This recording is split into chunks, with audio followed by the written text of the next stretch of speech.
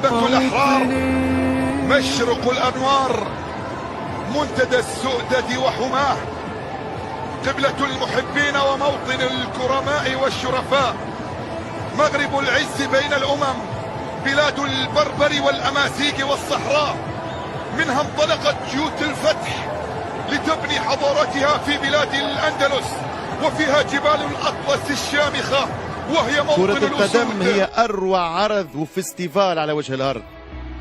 هذه هي دنيتنا، هذه هي حياتنا.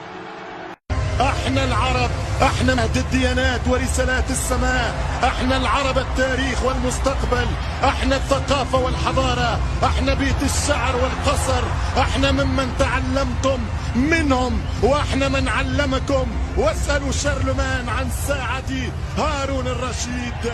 احنا لا ندعي اننا الافضل ولكن نرفض ان نكون اقل. احترم لتحترم. الألفاظ تغيب والكلمات لا توجد.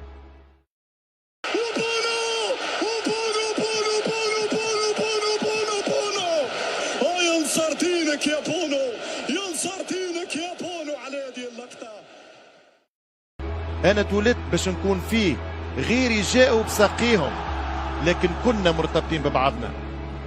نحن نؤمن أن أسرة واحدة، عائلة واحدة. إذا ما توافقنيش في اللوعة والقلق والحسرة، الخيبة والفرح، النجاح والأمل والأحلام، لكن هي لحظة عندما تكلل فيها الشهود بالنجاح يغمرنا الشعور لا تصفه الكلمات.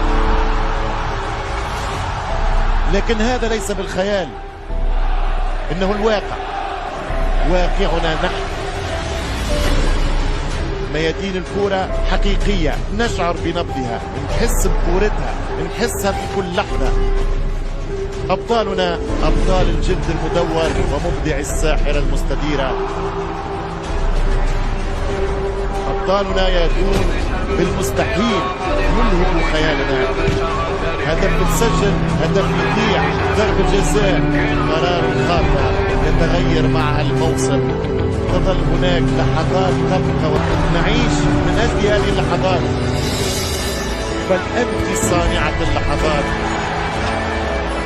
هذه ليست مجرد لعبة، إنها كرة القدم.